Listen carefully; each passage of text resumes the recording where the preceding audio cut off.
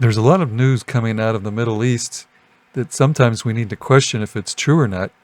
And at the same time, there's some news that we're not hearing. So in this presentation, I want to just mention some of those things that are going on and that what we can expect as a result. So information is important, and many people today are not facing reality. Some people by choice, but a lot of people just because they're not aware that there's a lot of censorship going on through the use of AI. There's something called an official narrative that many governments are trying to promote, and that doesn't include a lot of key facts that people need to know, but they will know in the future. I guess it's a question of timing when the people in power want people to figure it out. So the Mideast war is actually accelerating a global monetary transition. The just-in-time delivery system is going to become just fine supply because there's going to be supply chain disruptions. And also the illusion of plenty is going to change in coming years, maybe even months, because of global famine. And the use of cash in many countries, especially the richer countries, is going to be done away with in place of trackable tokens. And in many countries, private property will no longer be available. People will have tokenized assets, which basically means no ownership. And the debt-based economy that we're currently in around the world is going to turn into a social credit system, which is just further tracking and tracing and controlling of people and what they do. So this presentation is going to go into detail, explain these things. Okay, in economics, it's fairly well known that you have supply and demand, and so the price is supposed to be set where the supply and the demand meet in a free market. But that's not the case today in many markets, including petroleum, oil. So if supplies go down, like because of the Strait of Hormuz being closed, prices normally rise to kill off enough demand to make the clearing price determined. But according to oilprice.com, which is a well-known source of information for oil and energy, the U.S.-Iran situation, whether or not there's a deal, doesn't mean there's going to be a swift return of oil and gas flows. It takes time to reopen the strait and to get oil moving to where it needs to go. So prior to the war, the Strait of Hormuz was a place where around 20% of the world's seaborne supply was shipped through. And I think Iran knew it was going to happen, this war, so they actually put half of their crude and their stockpile, the inventory, in vessels, floating storage near Singapore and Malaysia. And the shipping times normally from Strait of Hormuz to different parts of the world would be 10 to 40 days on sea. But we can see initially during the war, the prices went up and then they kind of went back down because governments around the world have been doing things to try to keep everyone happy and keep the prices in a reasonable price range. And there's at least 4 reasons for this. One is the Saudis have a pipeline, and they've been really maxing it out, just pumping out oil that can be shipped. And also the sanctioned unsold crude oil on the water from Iran, Venezuela, and Russia has been used. And some countries have been running down their commercial inventories to meet demand, and also the national strategic petroleum reserves of many Western countries have been run down to meet demand of people, trade partners. This is actually according to a senior vice president of Exxon. So the oil, the energy supplies that have been affected from the Strait of Hormuz, it's crude oil, naphtha, which is actually used for manufacturing plastics, and it's something that is blended in the refining process of gasoline, and also used in paints and cleaning fluids. And then you have the liquid gas, the jet fuel, liquid natural gas, fuel oil, diesel, and gasoline that's been affected. And the inventories of different countries, obviously they're the best at, have been the best at preparing for this, and so they've got a large amount they can sell if they want. The U.S. is also selling, and but other countries, most don't have a lot to sell. So historically, there's been other oil disruptions. We can see back in the Arab embargo, 73, the price went up quite a bit, but it was resolved in 5 months. The Iranian Revolution in 79, the price went up 100%, and it took years to resolve. In 1990, the Kuwait War, the price went up 100%, but it was resolved. And then the Ukraine wars also had an effect, at least on the price, and it's still actually not resolved. But this Hormuz closure, you can see that the supply is over double than the other types, the other situations, in terms of it's gone down, and the price rise is actually not as much as previous times. So, and also the resolution will take a long time. So this is a big warning that things are not as smooth as we are led to believe in a lot of media. And actually, J.P. Morgan put out a report recently that the operational stress level of oil inventories we're getting close to that in some countries. And there's actually a floor where they have what they call tank bottom, where actually, even though there's a lot of oil there, it's you can see it's like 6.8. These are millions of barrels on the left column.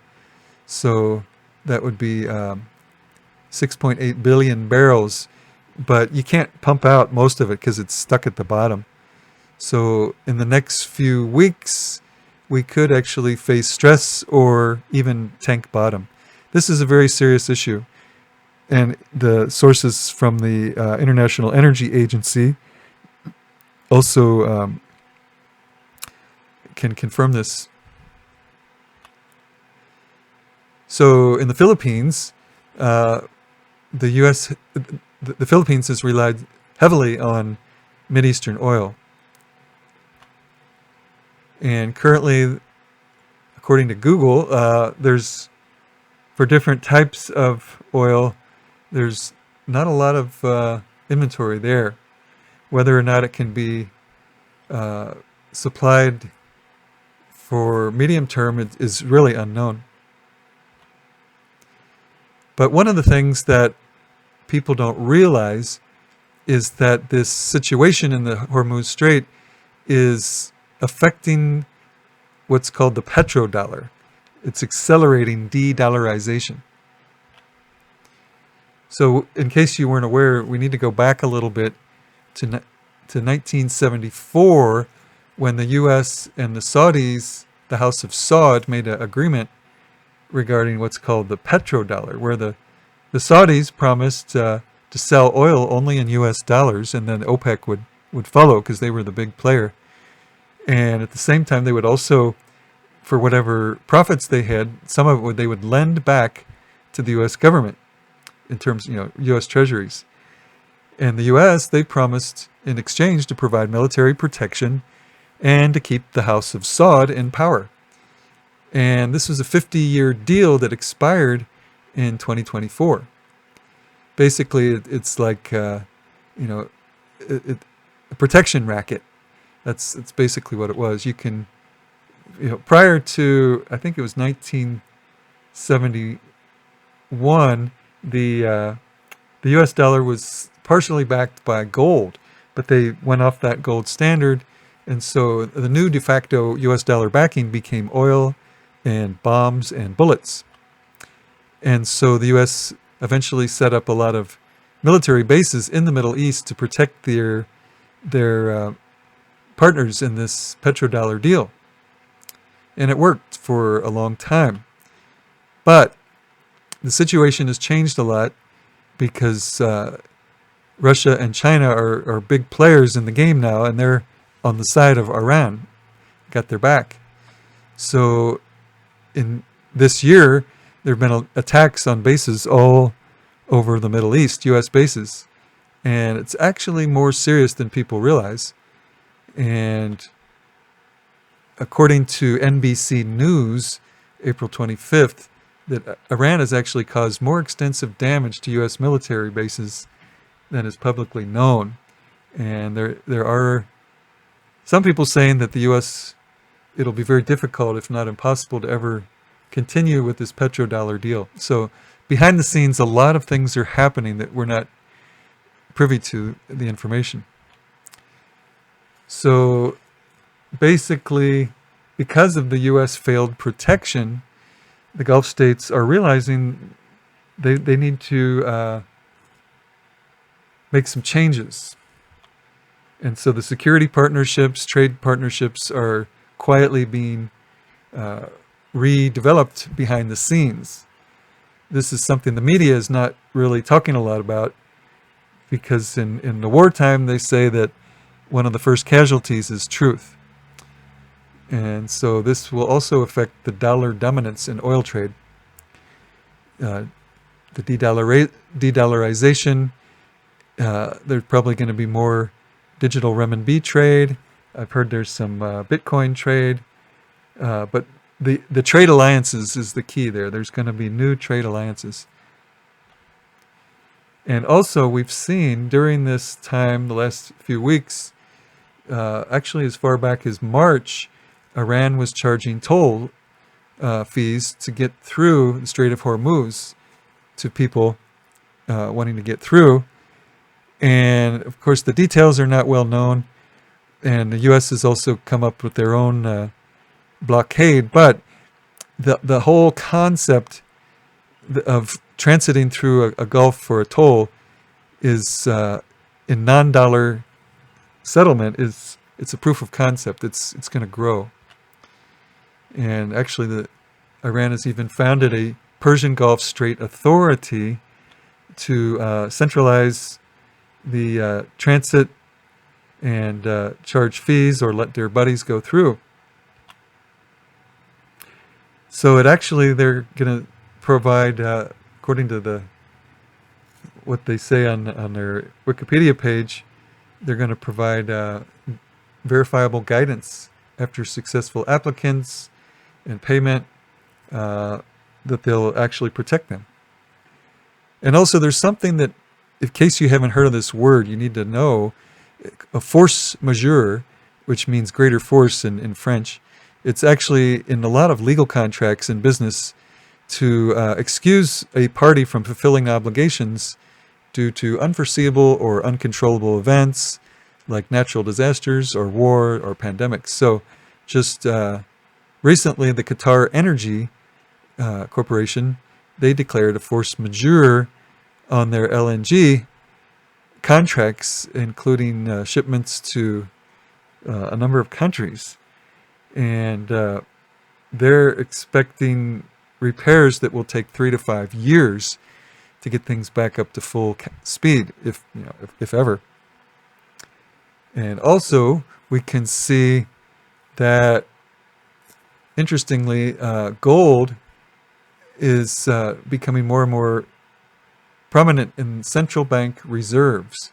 If you compare gold to U.S. debt, and gold was less until 2025, and now it's even accelerating. So you can see this chart is similar. It's just showing that central banks in 2025, they began to hold more gold than U.S. Treasuries, and that's increasing this year. Also, we can see the U.S., interestingly, has been exporting gold in quite increased numbers to China. I guess China apparently doesn't really want any more U.S. Treasuries, but gold, you hold it in your hand, it's yours. So China's, they're smart. They know what they're doing. And we also have a situation with the U.S. federal interest expense. It's gone up so high that 23% of the revenue of the government goes to just paying interest. That's pretty rough. Think of that if that were your own life. If 23% of your paycheck went to paying off a credit card debt or something, mortgage, that's a lot. So we can expect further inflation, debasement of the U.S. dollar. It's some people say it's really by design. The U.S. dollar, the petrodollar, is scheduled to fail. So, again, this whole war is accelerating monetary transition, and this means just-in-time delivery. It's not going to be so smooth anymore to get what people need at the grocery store or wherever. And the idea of having plenty, it's going to turn into famine in many places. Also, the habit of using cash in many countries, it will be very difficult because of tokenization. And eventually, the people who run the world want to take away all ownership and just make everything tokenized assets, and people living in a no longer living in a debt-based economy, but being part of a social credit system. And if you are familiar with the Hegelian dialectic, it's called social engineering. Governments have used this for many years, even centuries. Of course, now it's easier with the internet. But the idea is to create a problem that will make people respond, and the solution will be some pre-planned solution that the elite wanted to do all along. It tends to work better than brute force, but this is, you can see, because the U.S. petrodollar gives them an unfair advantage, because people need to convert their currency to U.S. dollars to trade, or it's gone on so long that many countries, especially the BRICS, are tired of it. And so the oil price situation is just accelerating a transition to a new global monetary system based on blockchain and some new trade unit, which is still to be disclosed. So I want to just briefly mention what this is. The idea that tokenization is to take real assets and put the concept of those on a blockchain and then issue digital tokens to whoever wants those. And there's payment tokens and asset tokens. So the payment tokens will replace cash, and transactions can be recorded and traceable, and they can be programmable, turned on or off, or they can be, a lot of things can be done. If the people who run the system don't like you, you will pay a penalty. And the asset tokens, once people make a payment, they either get an asset or a service, but the tokens will replace property. And real-world assets will be divided into smaller contractual fractions, so the ownership will actually be a group thing where a trust or custodian makes the rules and polices everything too. They call it democratization, but actually it's not that. It's just taking away ownership. So what this means, if you follow the Bible, is that it gives Satan and the Antichrist full administrator rights to the digitalized assets. And what Satan wants is to be like God. He can actually, through this system, have pseudo-omnipresence, pseudo-omniscience, and pseudo-omnipotence. So the situation is further complicated by the fact that a lot of things in the modern world depend on what's called just-in-time delivery systems or inventory systems. And it's really fine-tuned to the point where everything depends on the transportation. But if diesel fuel or jet fuel is not enough to enable that, there's going to be some really serious shortages. And also, already in countries around the world, some countries are experiencing serious drought, which may even, in those countries or other countries, get worse if there's a super El Nino forming that really gets to be like some historic El Nino situations. And also something very few people realize is the weaponization of AI to control the official narrative. That's a very serious matter. So a lot of people today, they're just not aware of what's really going on. And that may be by choice. They don't like to think of unhappy things. But it may be just because they're not aware. Nobody told them. So that's one reason making this video. So yeah, permadrought. Currently 75% of the global population lives in a country that's being affected by the great drying, they say. And a super El Nino may be forming, maybe not, but it looks like it is, that could really, toward the second half of 2026, disrupt a lot of weather patterns and rainfall. And if you've ever heard of Patrick Wood, who's written on technocracy, he comes up with a lot of good information, and he recently wrote that by the end of 2026, free speech will be as good as dead, because the AI is using to just disappear dissent completely. And it's quite serious, actually.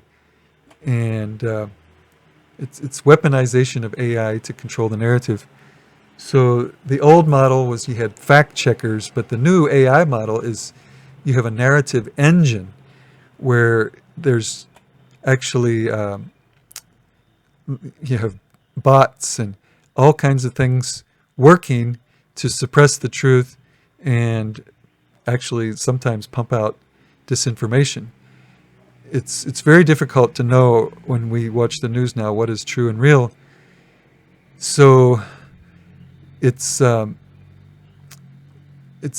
new kind of situation, not just censorship, but erasure.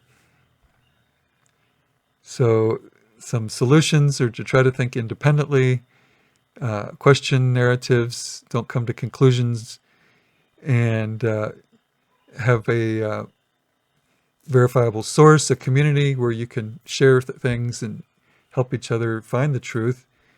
And don't be afraid of a little debate and friction, because people have different ideas and sources. So it's good to kind of share so that you can come up with a hopefully a good assessment of the situation. And also, rely on real humans, especially people who believe in the Bible, are openly professing Jesus as their Savior, and maybe people who have actually been in touch with the actual sources of information. And hopefully people have had a track record, people who are 60, 70 years old who have tried to be people of integrity for decades. And so it's really important to realize that because of all these things, we're really living in a time of what they call peace and safety, or false peace and safety, the calm before the storm, really, because it's like, as Paul wrote, it's like the labor pains upon a pregnant woman. And so we shouldn't be off guard of what's going to come. Because actually birth pains, as you know, they start out a little bit painful, but then they get more and more painful. And so some suggested action is, first of all, pray and ask God for wisdom and guidance, and pray for the national leaders, because actually they have a difficult role, because maybe they don't want to tell everyone all the bad news right away, but wait till what they think is the best time. So pray that they will have wisdom to handle situations that are coming. And also think about ways to, through these difficulties that are coming, to serve people in the church community and share the gospel and help people be close to Jesus. Also study the facts. Don't just rely on whatever official narrative, especially regarding supplies of fuel and food. Discuss the situation with people close to you. None of us knows exactly what's going on, but it's good to talk about these things and not just pretend everything's fine, because it's not just fine. Also, maybe store up things that may go up in price or be rationed, especially things that don't require refrigeration, because, electricity requires fuel or energy. So things like white rice, beans, canned fish, honey, salt, or dried grains are good things to store up. And again, think about ways to be prepared to share the gospel, because actually it could get so bad a lot of people will really freak out. And of course, Jesus is our rock. He said if we build our lives on his teachings, when the storms come, we will stand like a house on the rock. And also think about your location. Is it the best place to be when shortages happen? So a good example in the Bible that we can consider to follow is Joseph in Egypt. It was supernatural that God showed the Pharaoh what was going to happen, and Joseph, by the wisdom of God, was able to interpret the dreams. Actually, there were 2 dreams. And so he was able to help many, many people be saved in terms of not starving. So who knows, maybe God will raise up some people like Joseph at this time